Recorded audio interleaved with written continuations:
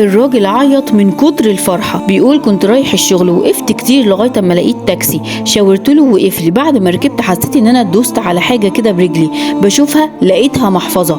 سألت السواق هي دي بتاعتك؟ قال لي لا. بفتحها لقيتها مليانة فلوس كتير. قام السواق قايل لي اه دي بتاعتي. قمت بصيت له كده قلت له لا يا عم، ده انا كنت بهزر معاك، دي بتاعتي وقعت مني. بعد ما نزلت من التاكسي وروحت قعدت اشوف ايه في المحفظة عشان اعرف اوصل لصاحبها. بفتح المحفظة لقيت فيه بطاقة، وبعدين لقيت شوية صور. والشيء الغريب جدا ان انا لقيت صورة زوج اختي جوه المحفظة.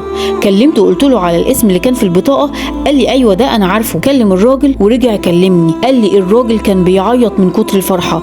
ده كان مهموم جدا وحزين عشان مش عارف هيوصل ازاي للمحفظة بتاعته. كان فيها فلوس عشان يجدد بيها الإقامة وما كانش عارف هيتصرف ازاي. ما تفكرش وما تحملش هم وقول فوضت امري اليك يا مدبر الامر. شاركني الاجر باللايك والشير. انا سلمى ودي قناة ساعة وساعة.